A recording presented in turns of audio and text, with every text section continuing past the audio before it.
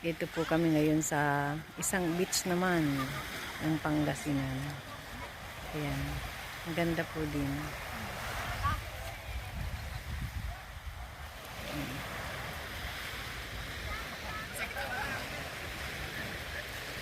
Hindi ko alam kung anong ewan ko.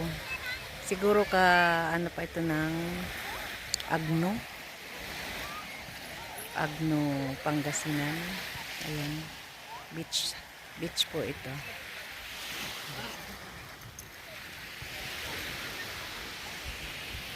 Ganda siya. Pero beach pa rin. Sawa na kami sa beach kasi. Ayan.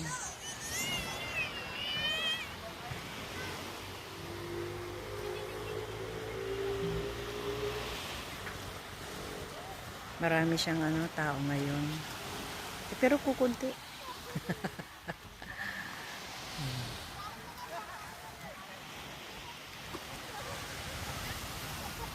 Marami nang naliligo pero ang oras po ngayon ay wala pang 8 o'clock. Kulang 8 o'clock pa.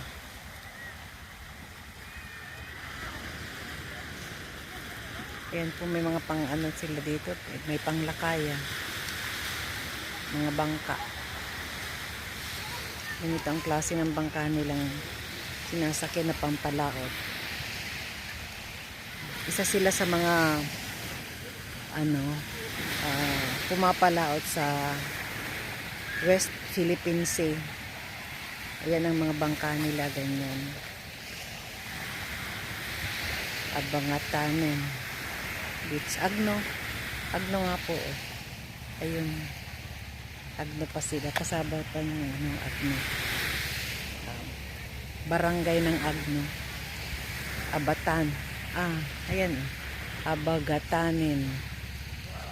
Siguro yung place Abagatanen ang tawag. Tapos beach siya. Kaya Abagatanen Beach Agno. Ang dami nila, ang dami.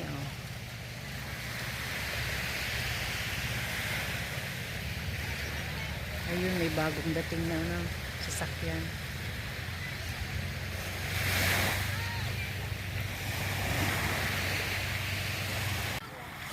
Yung mga kasama ko, ayun, naliligo na.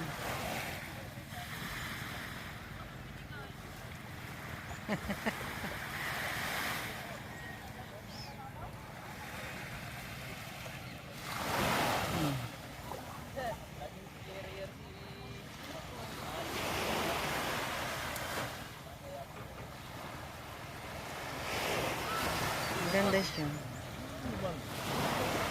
Ang paligid niya. Ayan, pabundok. Bundok dun.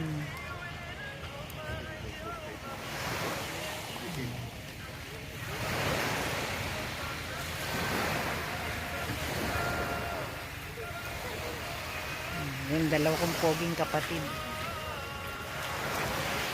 Yung kadadating lang ng bangka.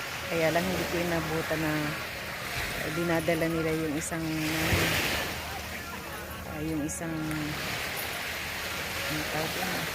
ice chest na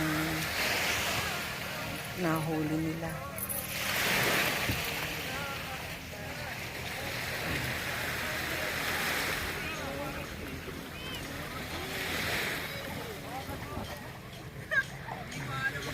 Marami silang huli. Kasama dito sa nanghuhuli sila sa West Philippine Sea. Tapat na ng West Philippine Sea ito. Philippines. O yung aso. Hindi kayang anuhin.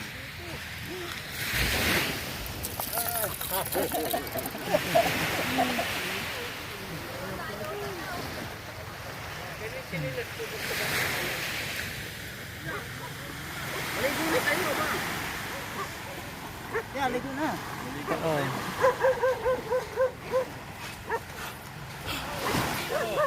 Dalim ka uli.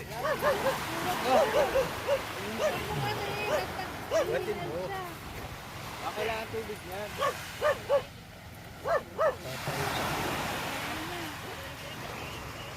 Nagpapalipid na sa sa init. Buhatin mo na. Mainit na siya pero alas 8 pa lang. 8 o'clock. Kaya malaya mo yan. Ayan, pinaliguan yung aso. Pag nagkata na yan, Ayaw na niya maligo. takot yan, takot. Dinala nyo ay. Dinala.